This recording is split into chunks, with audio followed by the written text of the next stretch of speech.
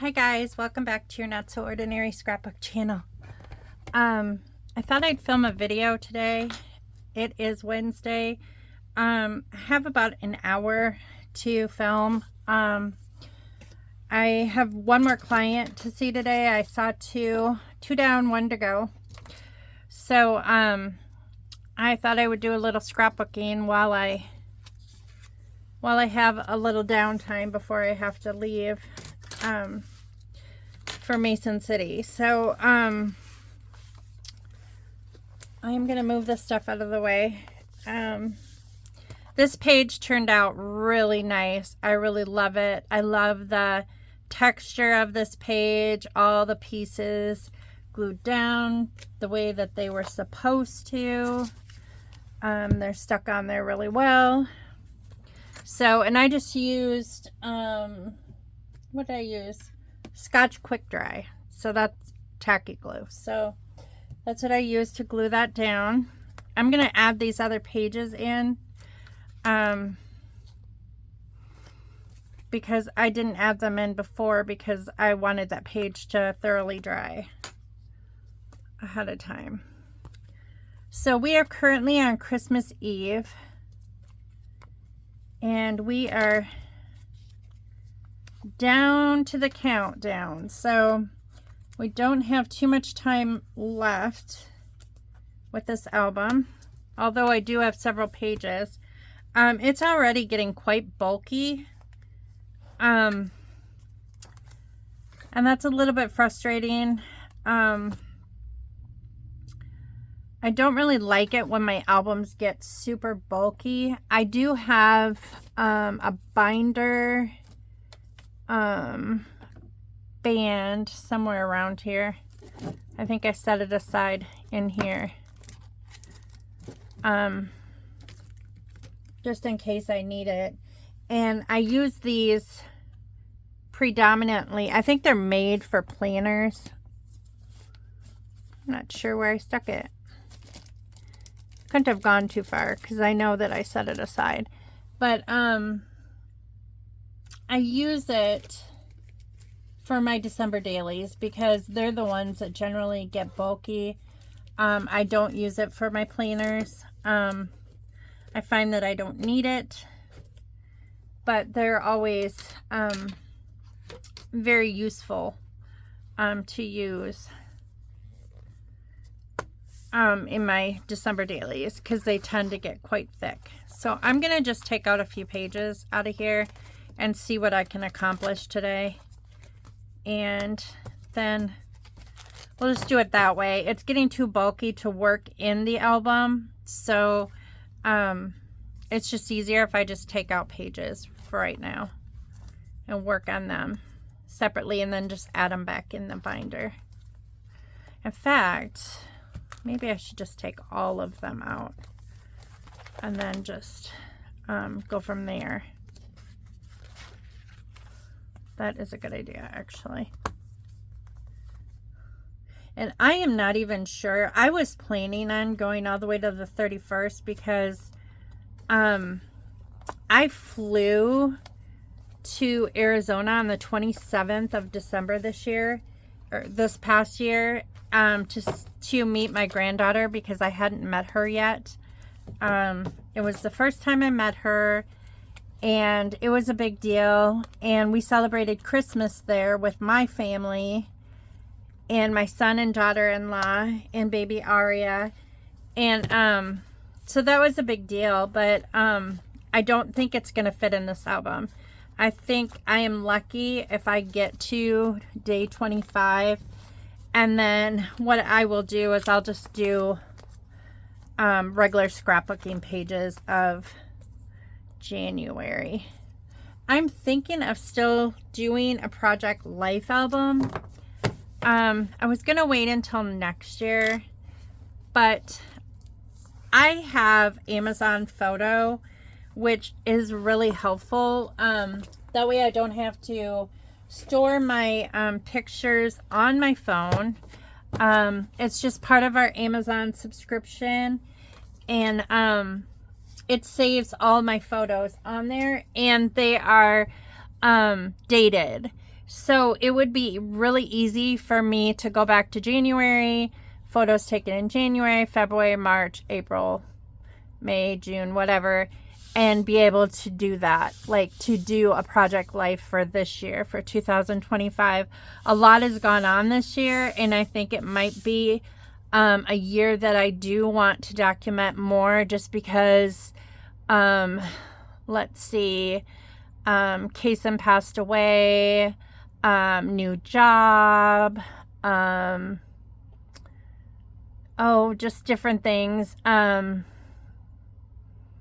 a couple trips, just that kind of stuff. So there are things that I would like to document for 2025. I have a feeling that it's going to be a pretty busy year. Matt and Yessia and Aria are planning to fly here for Thanksgiving this year. So I think it would be a really good year to like begin doing my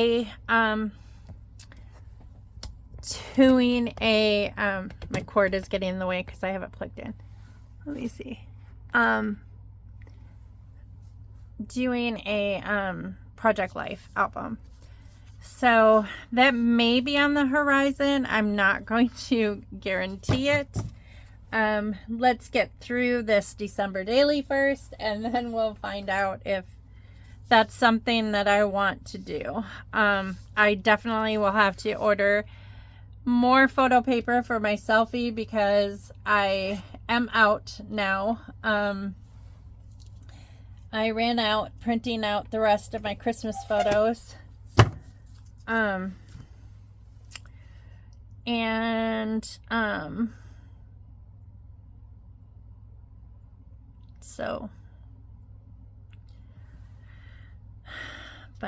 So I am going to scrapbook. This is Kaysen. This is my grandson that passed away last month. This was Christmas, and he's opening his presents. It's been hard. I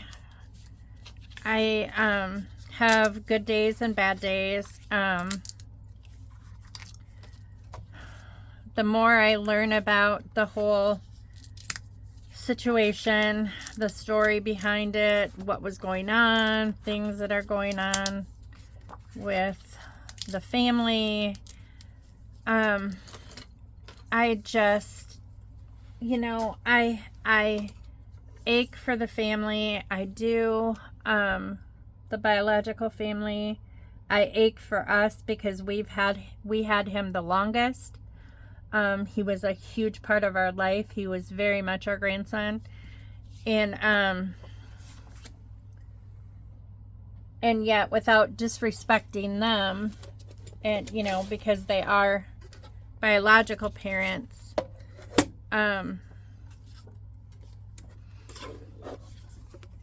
it's hard because of the way he passed away and how it could have been prevented. Jordan is extremely angry with the family.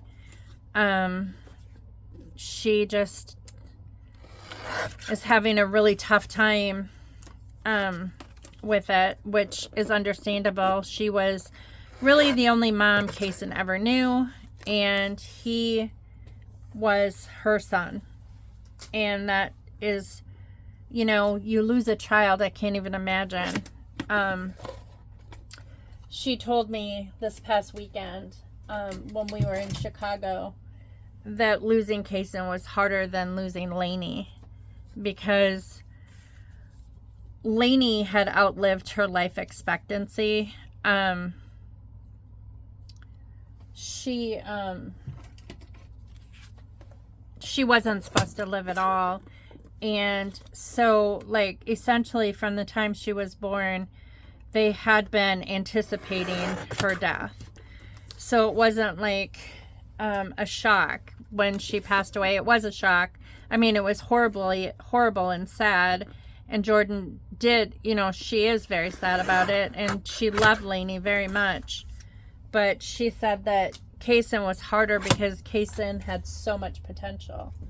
And his life, he would have he would have overcome a lot of his challenges, and he would have lived a fairly normal life. And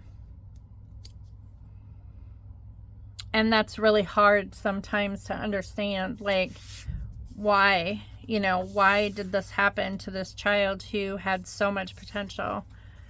And I get it. I mean, I understand. You know, I've lost loved ones before. I'm grateful that I still have my parents. I know my mom said that losing my grandma was the hardest thing she's ever gone through, because she had never lost a parent before. Well, she lost her dad, but she wasn't close to her dad. I shouldn't say that. My mom was never close to her dad. Her dad was an alcoholic, and was not a very nice man, according to my mom. I only remember him, gosh, I was little. I was only like 6 when he died. And if that, 5 or 6, something like that. And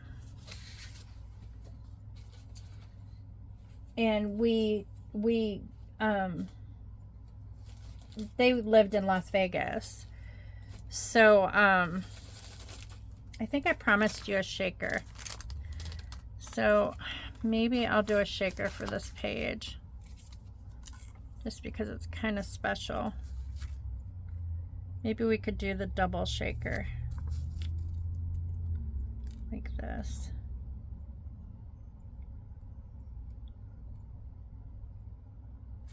Not the same color though. I almost think green would match better. Maybe we should do Merry and Bright. I'm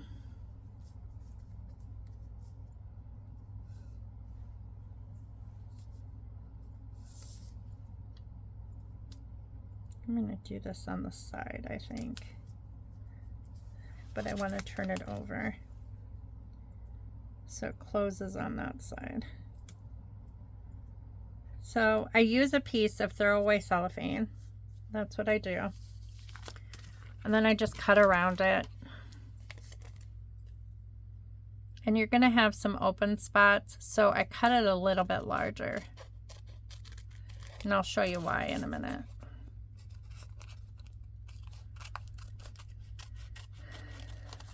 But I really think that I need grief counseling after all of this. It just is a lot. It's a lot. I thought I would be fine. I thought that, you know, this is something that I could handle. But I did not anticipate that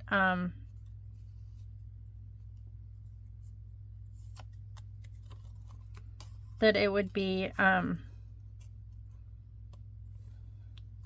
just working with kids every day, and knowing that a lot of kids have autism that I work with, and on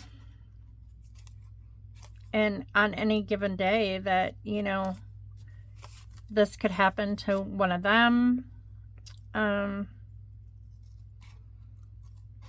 It's just, it's heart-wrenching.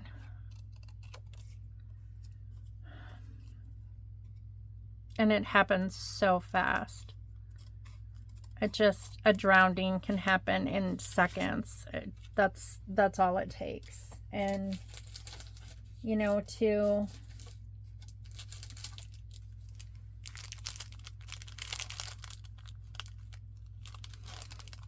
it's just so sad. There's just no other words to describe it. It's just so sad. But Jordan is extremely angry with them, and she has a right. I mean, she has good reason to be angry. You know, she told me some stuff that she knew that I didn't know, that it makes me mad. It makes me mad that they're, you know, and now they're making up stories, which really, really burns my butt, because it's like, you know, it's bad enough that it happened, but then to change your story like after the fact to make yourself look better in the situation and make it look like it's less your fault is insane. So, I mean, we questioned immediately when they said that the door was locked, because, you know, we're like, is he tall enough? You know, because he's 3, but he was not a very big child. I mean, he was chunky, but he was short. He was really short. And so we questioned if he was tall enough to even reach the lock on a sliding glass door. And sliding glass doors are not easy to open. Jordan questioned if the door was even closed at all. And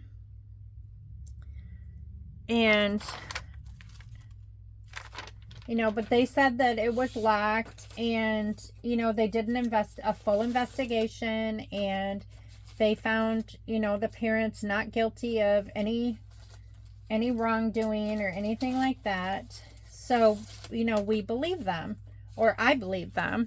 I don't know that Jordan believed them, but I did. And then so now they're going around saying that they had a broomstick in the door. So not only was the door locked, but now they had a broomstick in the door, which this is the first I'm hearing this. And I'm thinking, huh? No. Okay, we used to keep a broomstick in our sliding glass door, and I had a difficult time getting it out. I mean, there's no way that a 3-year-old could pull a broomstick out of the bottom of a sliding glass door and unlock it. It just seems so like they're making up stories now. And I'm like, why would parents make up stories to protect their sibling? You know, because it's her sister that was supposed to be watching him. And supposedly she was outside. She was out front with some guy, I guess. And he was left in the house alone with Minnie Jordan. And he got outside. And Jordan gave her an earful the other day, because apparently the mom had texted Jordan about seeing if they could take Minnie Jordan to his sister's baseball game. His sister, who had been adopted out of foster care,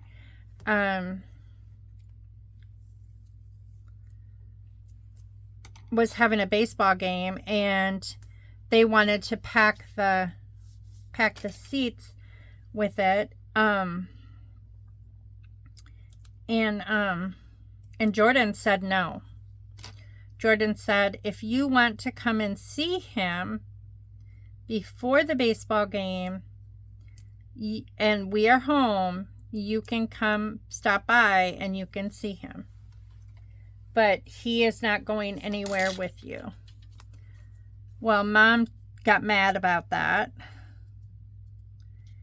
And Jordan said, I'm sorry, but she said, I warned you so many times about drowning with Kaysen.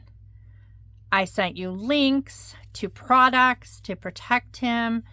I told you that he could never be out of your sight when he was around water, that he had no fear. I warned you multiple times. And the mom said, well, the pool wasn't ready yet. So we didn't think it was an issue. And Jordan's like, I just saw on Facebook pictures of you took of him at the bottom of the pool while you were filling it out. And she said, the mom said, yeah, but it wasn't ready to swim yet. So we were going to order all that stuff once the pool was ready to swim. And Jordan's like, what difference does it make if the pool is ready to swim yet? It doesn't make any difference at all.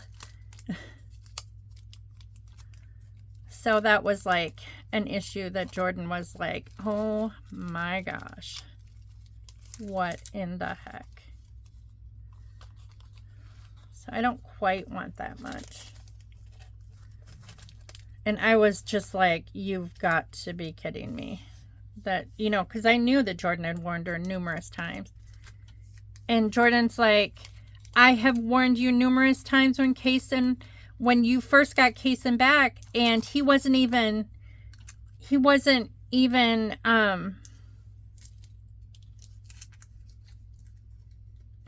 yet.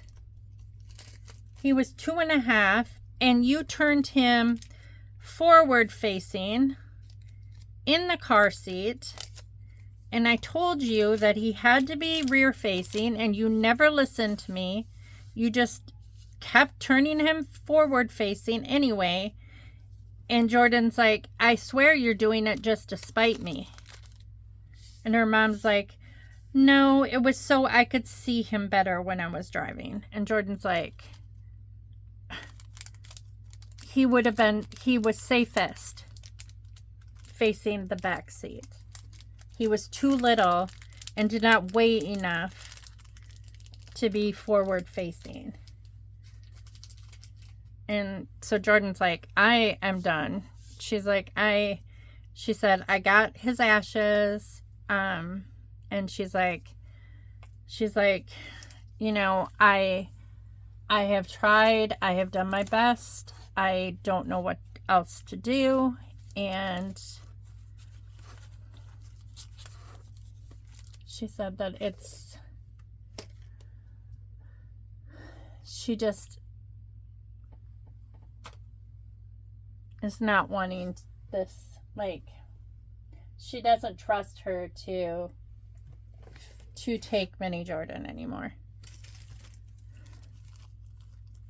And that is frustrating for the mom because, you know, they don't have any other kids. You know, all they have is Avery and Jordan now because Kason is gone.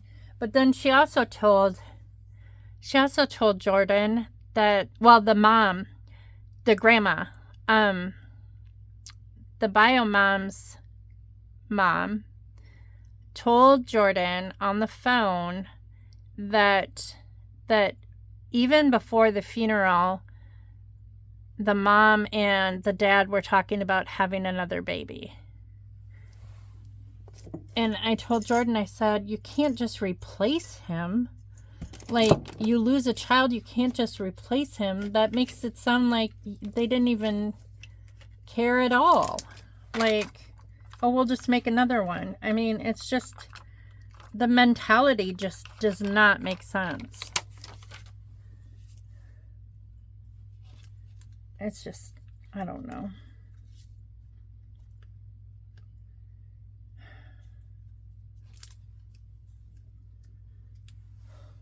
It's just very sad.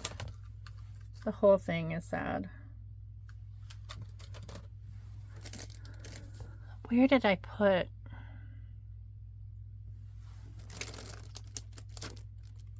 So Esme is supposed to spend the night this weekend, Friday night, so Hunter and Jordan can go out to eat because Hunter is moving to second shift because he got a forklift position on second shift where he works, and that's what he wanted. And this will make it easier for them as far as babysitters go and that kind of stuff, watching the kids. And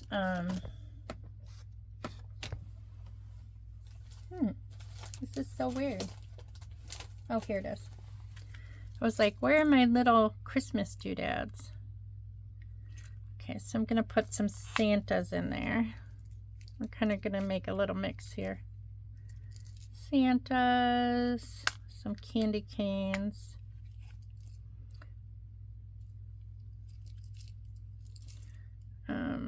What else? Maybe these kind of candy canes.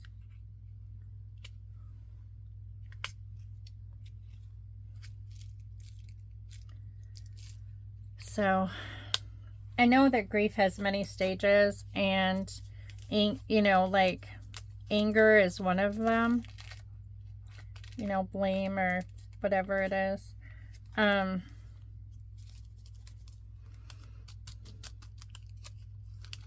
It's all stuck. Come on, get unstuck. I still don't blame the parents.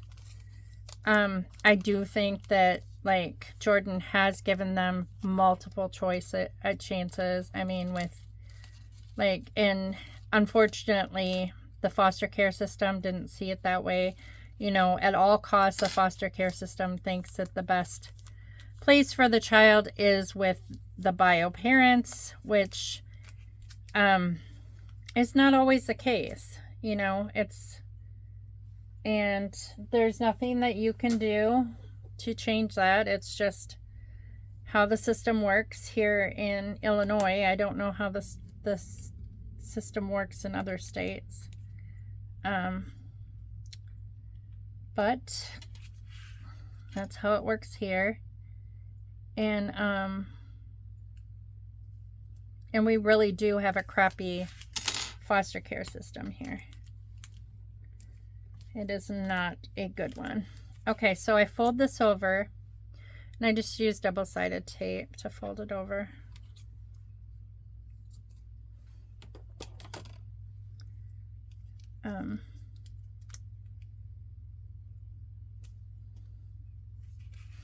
Jordan says she wishes there was some way that she could, like, punish DCFS for, you know, allowing him to go home, because he was only home for half a year. He wasn't even home a full year, and he was at Hunter and Jordan's most of the time anyway.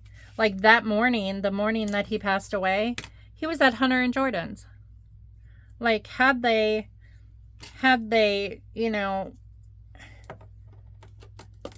had his parents not picked him up,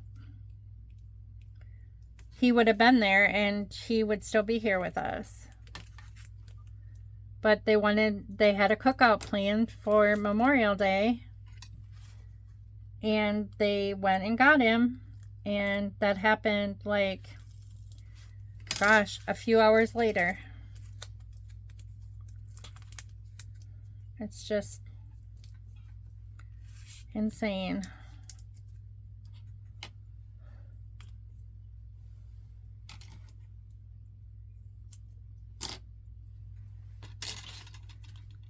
But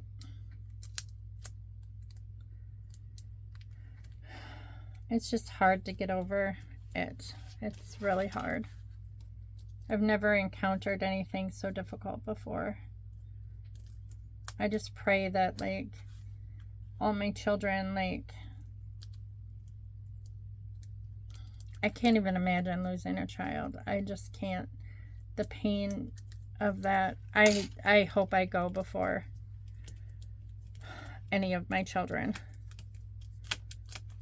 I don't know that I would ever be able to recover from it. But I am doing better. The other night, like, I had myself a pretty good cry. It was the day that I actually was talking to Jordan about it, and I think that it just, like, brought up a lot of sadness and anger and frustration, you know, with the parents, and just, like, you know, like, asking God, like, why did this have to happen? You know, I just don't understand why. You know, he was just a child, you know, and then I see, like, it's happening everywhere. Gosh, since Kaysen drowned, I have seen multiple drownings, like, all over Facebook. and a lot in our state, you know, of Illinois, and it's just happening all over. It's the #1 cause of death in children, and that increases substantially for children with autism because they have no fear. So it's just, people really need to watch their kids around water.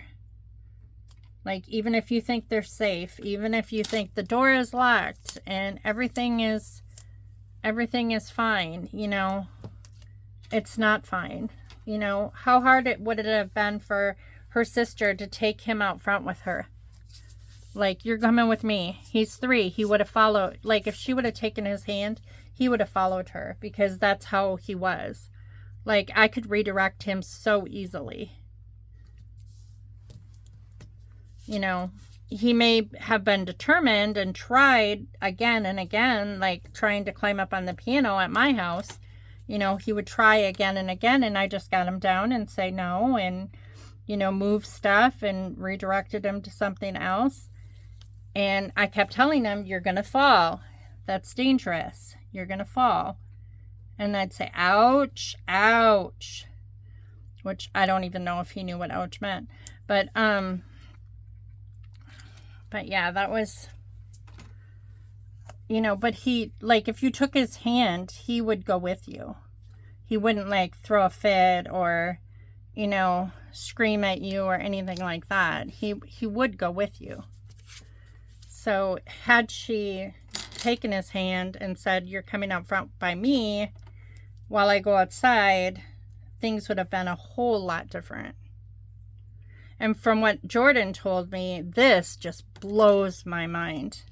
I think this is what made me the most upset the other day, and I just lost it, was that the only person who tried to do CPR on him was a customer at Dollar General across the street from their house. So they heard screaming, a customer heard screaming, and ran over there and tried to do CPR, was talking to 911 on the phone. None of the family tried to do CPR on him. None. Like, it was just, I don't know if they were in shock or if they didn't know how to do CPR. I have no idea, but it just blows my mind. You know, the mom works at a hospital, for one thing. You would think that, I mean, I know she works in the office, but I mean, or she's like reception or something. She may work at the front desk or something. But all I know is that, oh my goodness, if you have a child with autism, you need to know CPR. I don't know. I just can't wrap my head around it that the person who tried CPR on him was a customer at Dollar General across the street.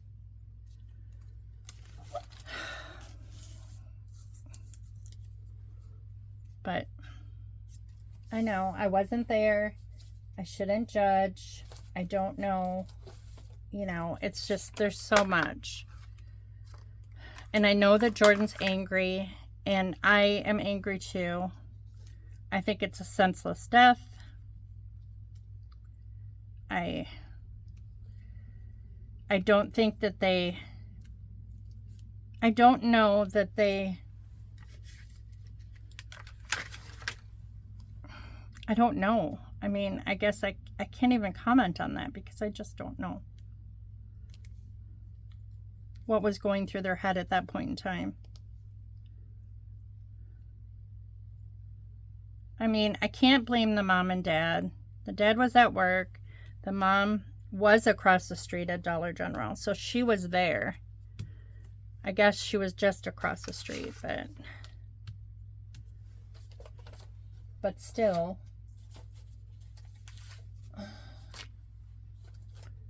just don't know.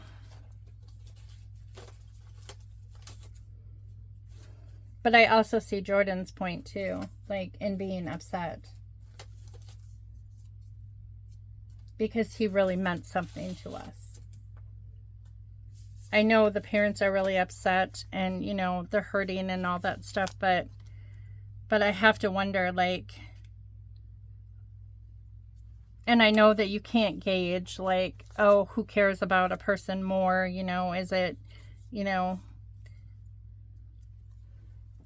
you can't make that stuff up, you know, because you just don't know. I mean, I just know that we all loved him so very much and are devastated with this loss. And I know Jordan wonders if the parents are, like, she knows that the dad is. Like, she really sides with the dad, I think that the mom genuinely loves her kids. And I've said that many times. I've seen the love in her eyes. I just don't know that she knows how to be a mom. And I think it would be a real big mistake if she had another child. I don't know. It's not my place to say.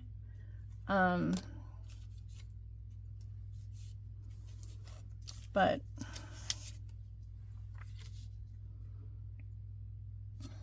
I just know her, and I don't know. I don't know, you know. I mean, I think that people who have had substance abuse, I think even when you get better, I think sometimes that stuff, depending on what you took or what you were addicted to, I think that it alters your brain chemistry. I know one of my friends from high school, she actually married my ex-husband's brother at one point in time. They divorced long before my ex-husband and I divorced, for similar reasons to the reason why I divorced, but different circumstances.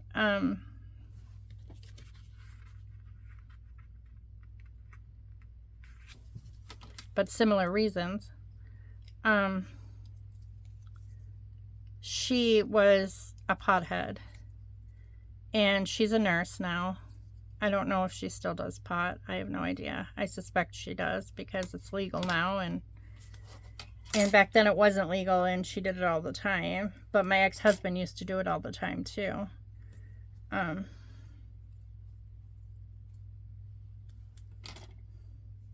I just never liked how that felt. I tried it a few times.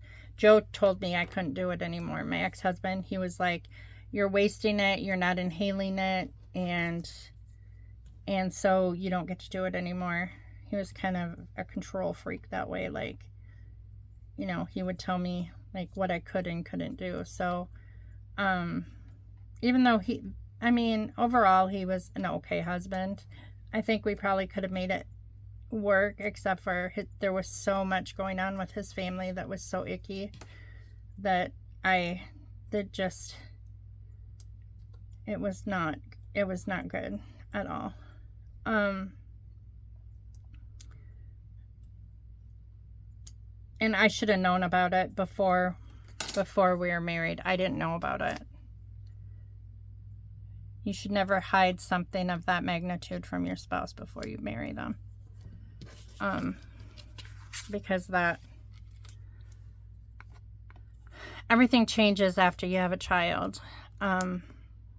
And you realize that your life is not your own anymore, and the people that are around them will affect your child's life, and, you know, for their safety, you need to make sure that they are safe. And I don't think that Joe had it in him to tell his family, to stand up to his family in that way. I really don't. I don't think, because he grew up with all that, I don't think that he really thought of it as something that was like as devastating as what I thought it was. Which it is, it's bad. Okay, so I'm just going to put Kaysen on here. If I have all the letters, K-A, nope, there's no S.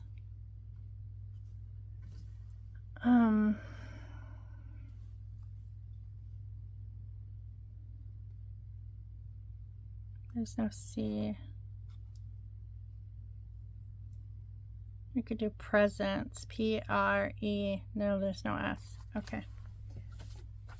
Something else. Let's see. This one page is taking so long because I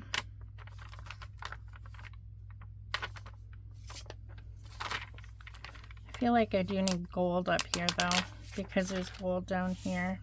So maybe like this kind of curls around. So maybe I'll put that there.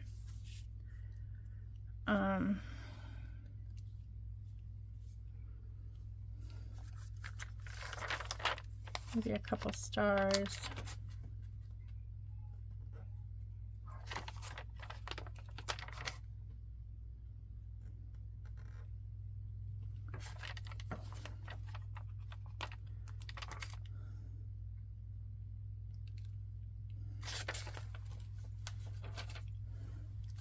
So overall, this week has been kind of interesting. I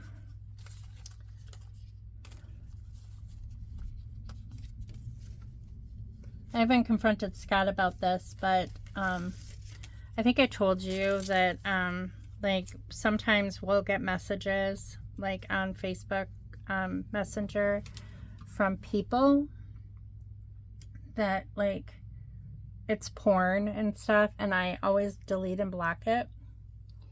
But I hadn't checked it for a while, and like I checked it, and there was one from some person called CB Cross, and at first it was a shark was on there, was the emoji, like a cartoon shark emoji, was his profile picture or her profile picture. I don't know if it's a guy or a girl, but now the profile picture is a guy with a beard, bald head.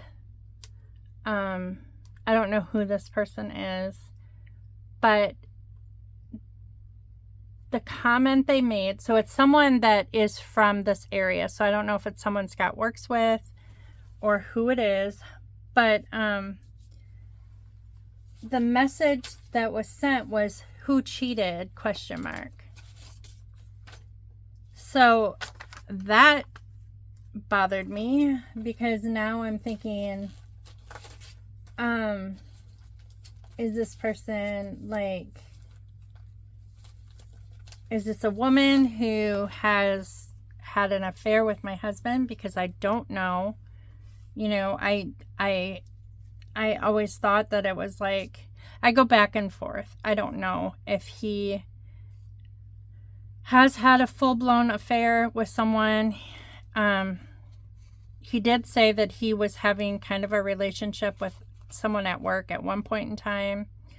It was like a emotional affair, he called it. But it stopped. I don't know who this person is.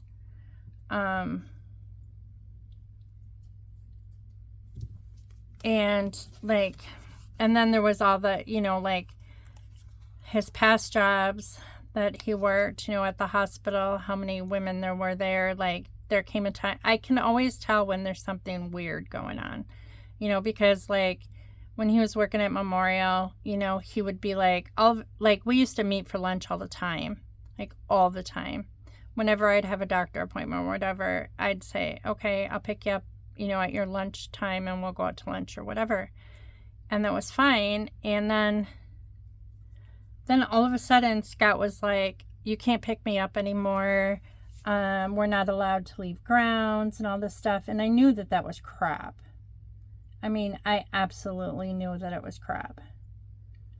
It was that he didn't want me to see him or be seen with him. And then there was that situation with, like, I had that procedure at the hospital, And I went to check in, and the lady at the check-in desk, she asked Scott who I was, because Scott was my driver. And she goes, "Is this your sister?" And Scott said, "No, this is my wife." And she looked at him like, "You have a wife?" Like, I'm not even kidding. I was an older lady, like my mom and dad's age. I mean, like a volunteer lady. And that just kind of like gave me a really sick feeling in my stomach. Like, what's he doing? Like, is he parading around here like he's single? Which wouldn't surprise me, because he likes living this like pretend life. You know, and I knew that when I met him, that like he was into role playing, and then like several years into our marriage, he wanted to start swinging, and I said absolutely not. And that's basically what ended our sex life, was because every time we would try to be intimate, he could not be intimate without bringing up like, I want to like have another woman with us and all this stuff, and and I'm like, no. And he just kept on and on about it because it turned him on, and it's like, it literally made me sick, and I was like, I can't do this. So now, like, every time something happens like this, like, I have not checked his phone. I have no idea, like, if he's texting women or not. I suspect he is, because this is something that has been ongoing. Like, the minute I would leave to go on vacation, like, I would see texts on his phone. Like, when I used to check his phone, and like, not even, I may not have even been off the ground in an airplane, and he was already texting women, telling them he loved them and how hot they were and all this stuff. And I just was like, I don't understand it. I don't understand this illness. Like, I do have a fear. Like, I don't have a fear of like being alone, because I actually kind of enjoy being alone. But I do love companionship as well, especially if, they're giving me like love and attention. I do like that. But I don't,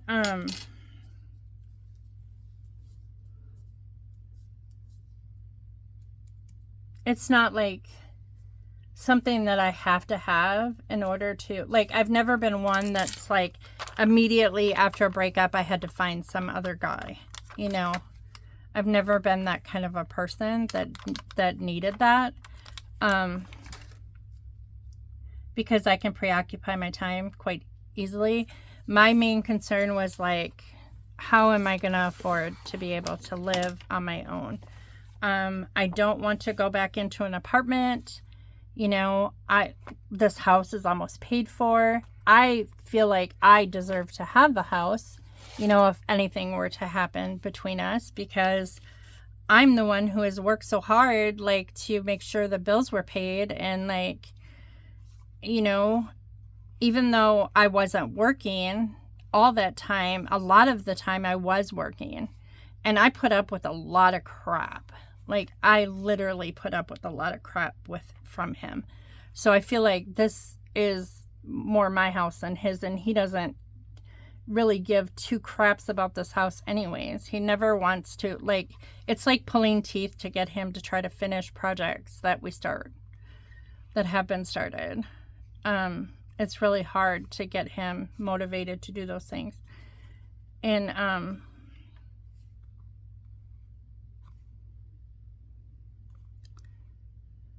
I don't know if it's his depression or I don't know.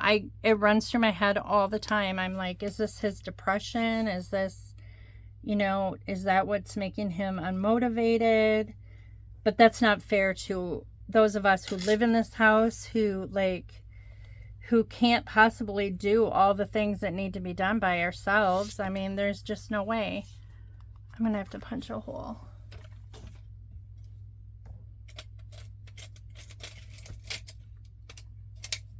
And I like the security of knowing that, like, there is a man in the house. You know, I don't like, I don't know that,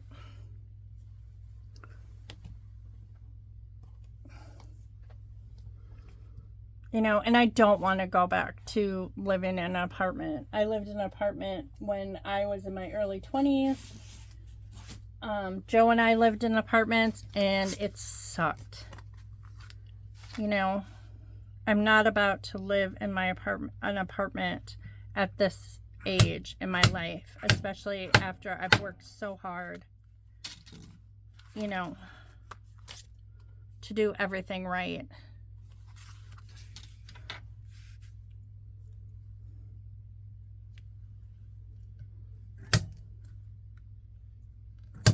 I think I should have went this way. There. It's not the best hole, but you won't be able to see it. So this is this page, basically. Oh, why did I put a 23 there? It's 24. 24. I have to take that off. So, I mean, I haven't confronted him about this CB cross or whatever, but I'm just like, and then he asked me, he's like, when you go to Arizona, are you going to take your laptop with you? And I wasn't going to, because I won't have any like courses that are due for another year at that time. So there's no reason why I should have to take my laptop. But then I'm thinking he's wanting to use my laptop because our old computer, our like a regular computer, desktop computer, doesn't work very well. It's not currently hooked up to the internet. The only reason why we keep it is because there's photos on there that I need to download onto a drive to save them that I haven't printed out yet. And that I don't need the internet for.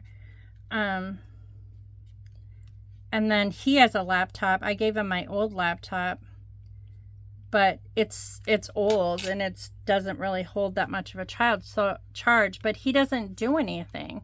Like, he doesn't, I don't know why he would need a laptop unless it was to look up porn and text women, which I use my laptop for work, and I work with children. I cannot have bull crap porn on my computer. I have like sensitive files on my computer. I have like files that are confidential on my computer. It would completely ruin my career if that was found on my computer.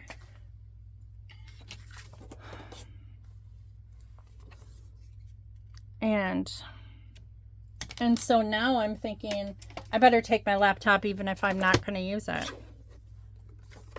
because I don't want his grubby little hands on it.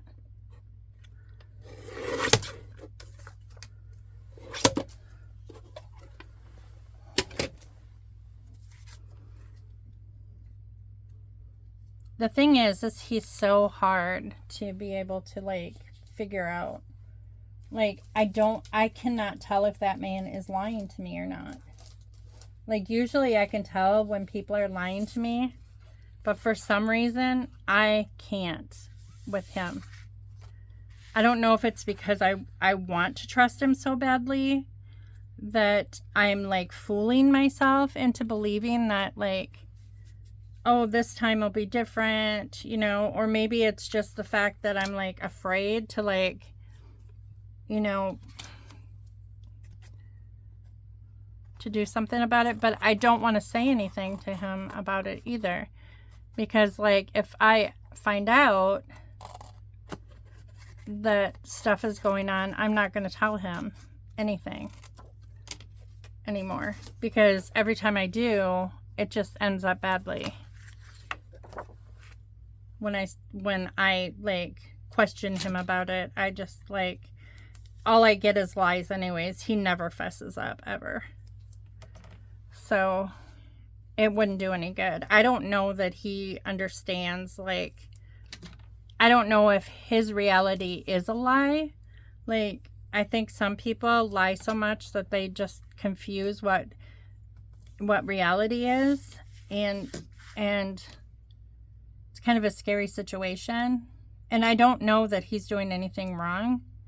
But I still, like, every single time something like that happens, my mind goes immediately there.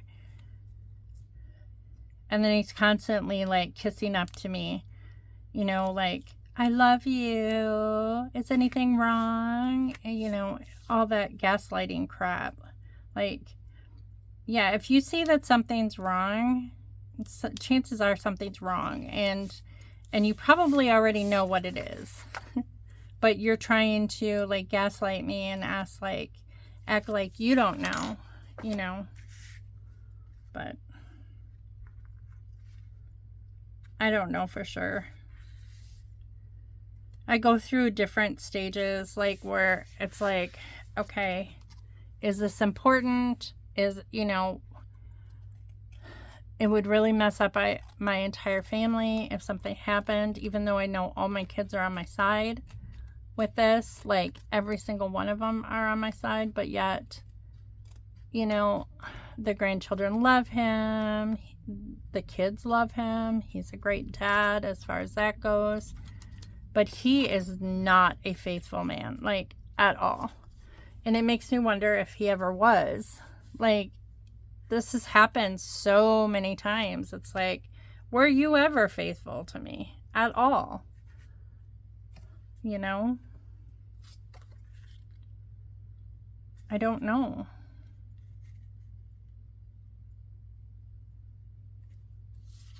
Here she's drinking hot cocoa. I think I'm going to do this one first. This is the same night. All these are the same night of Esme. She spent the night that night, and I made hot chocolate, and this says Jesus hot chocolate repeat. So I gave her a straw with her hot chocolate. It was more like chocolate milk. I made hot chocolate, and then I, like, put a ton of milk in it, so it was like chocolate milk. But I don't know if I'm gonna get much farther than this because I've been talking a lot, and it looks like it's raining again. Ugh. The last time there was a really bad storm, and tornado warnings and all that. I was going to the same client's house, coming home, and trees were flying all around me, and I could not see the road, and I was like, I don't know if I'm going to be able to get home. You know, I didn't know. Like, had a tornado hit me at that time, I would not have even known, because it was just like, you couldn't see 2 feet in front of you. The rain was coming down so hard, and then there was hail and tree limbs and all kinds of stuff, and it was pretty scary. Well, then noon, like, when I left, I was in Mason City earlier today too for a different client, but on a different part of Mason City. At noon, I was way out in the country, and this family that I'm seeing tonight lives in town. So, like, same city, different location. But that's right, yeah.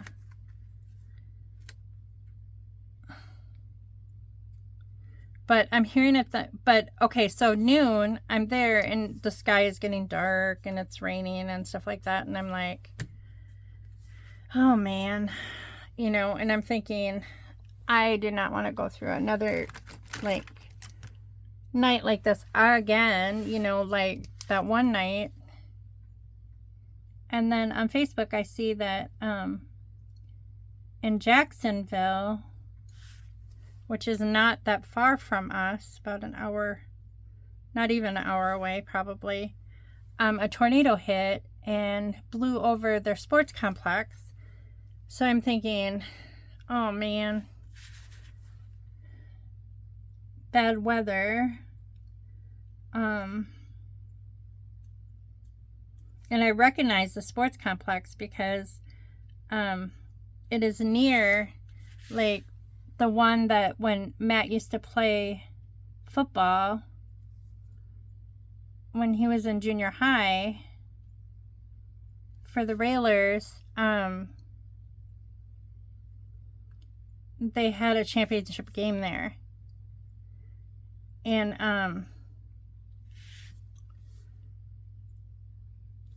so I recognized it.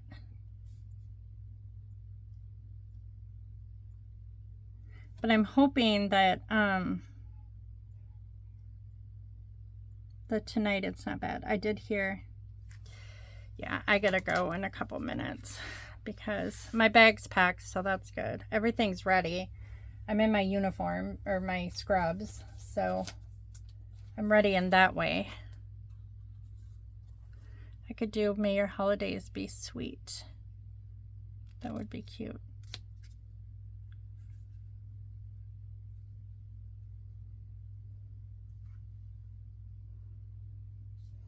I kind of almost want to, oh, it's ripping. Never mind.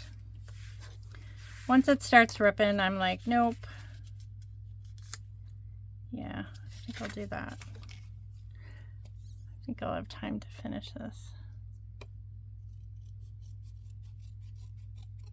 So I took a really hard course this last time. And it was all about physiology and like the body and infants, like all the different positions that babies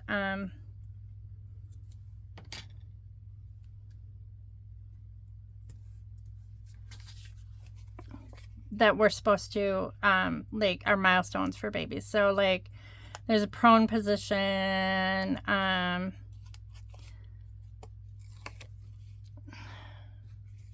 the supine position, and then there's the side position, sitting and standing.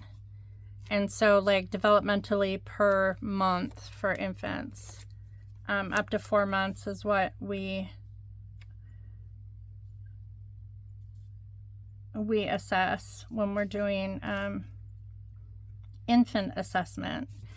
And so that was basically what it was all about, and how the body develops like in that formative time between 1 month and 4 months is just fascinating. It develops so quickly and babies learn to do things so fast.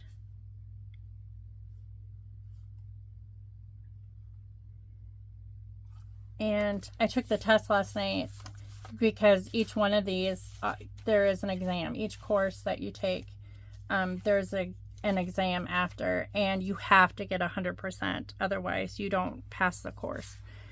And so that's kind of nerve-wracking because you can't even get one wrong. You can take the exam more than once, but like that's time consuming if you have to take the exam more than once because then like the questions change, and then every single time. So like I wanted to be sure that I got 100% the first time because I don't have time to mess around anymore, like taking courses more than one time or taking an exam more than one time. And I got 100%, so first try. So that made me happy. And like this one was even more difficult because like PT has to take this course as well for assessment. And basically it was more geared toward PT than like developmental therapy, but because we look at the child globally, we look at their physiology, and we look at like everything that PT does and everything that OT does and everything that speech and language does. And so a lot of times we'll work with those people side by side to reinforce all the different things that they're doing.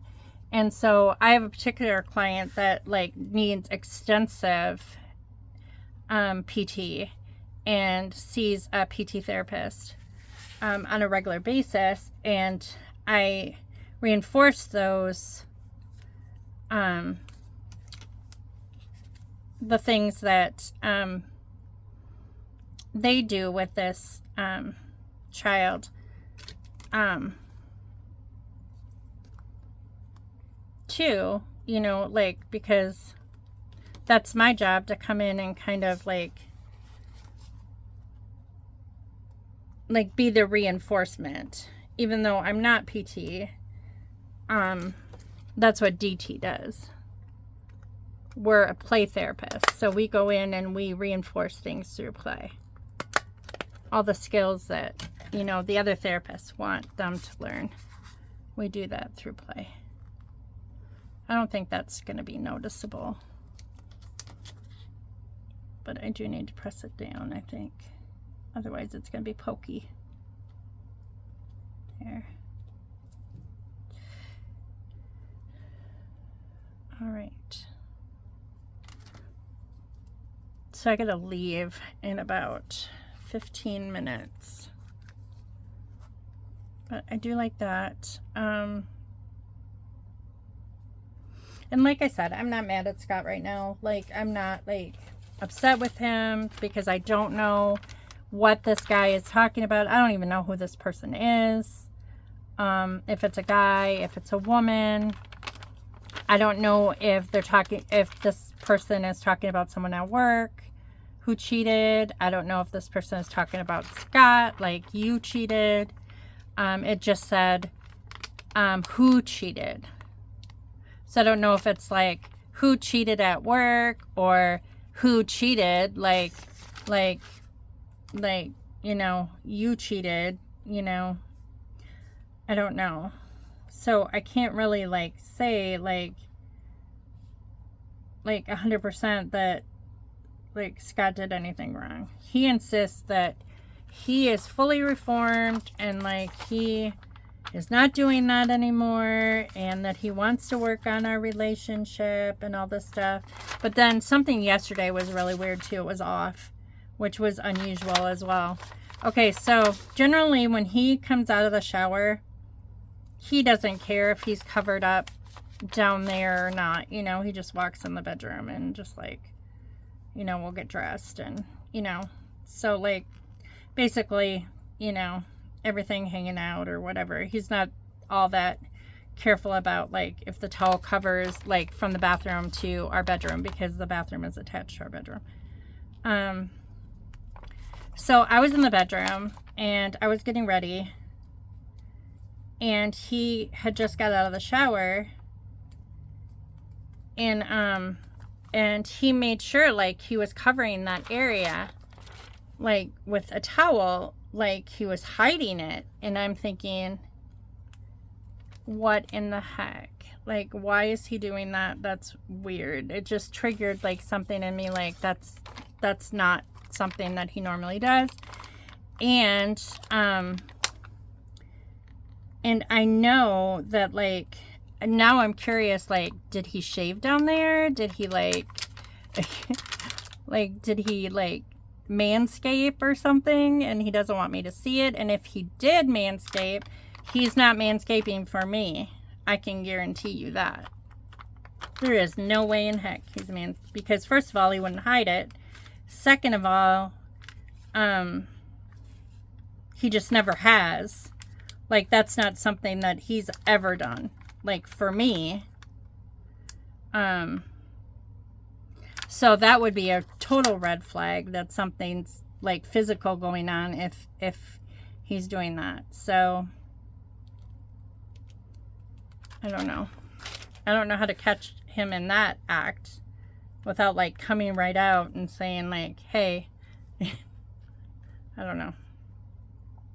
But anyway, it's always something, isn't it? Always something.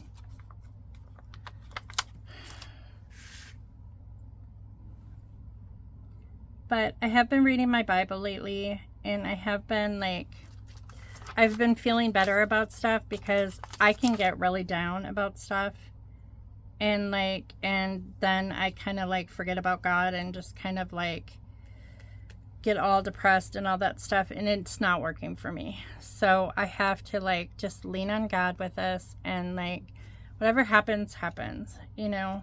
I can handle it. I'm a big girl, you know. I now have a job, so like I can virtually mostly take care of myself. It still scares me, like the hardest part would be getting like him out of the house if that were an issue, but like I said, I don't even know that there is an issue. So like that's just my mind. I don't know if my mind's just playing tricks on me, or I wish people were more honest, and like friends even, you know, if they know something, they should tell me. Like if I knew somebody was doing something shit like that, I would definitely tell their wife. Like I would tell their wife, you know, or their husband or whatever, that, hey, I know this is going on and you might want to be aware of it, you know. Okay, so this is that yucky one. Okay, I have time to punch this hole and I gotta go. And that is it for today. But there's that page, the 24th of Kaysen's last Christmas with us, or Kaysen's last Christmas. And then here's Esme drinking hot cocoa. So, and that's pretty much it. And I'm just gonna set it here. I thank you all for watching. Sorry that I don't know how long this video is, but it's as long as I can get it today. I don't know, Friday night, like I said, Esme is supposed to spend the night, so I don't know if I'll be able to record a video that night, because I'll be spending time with her.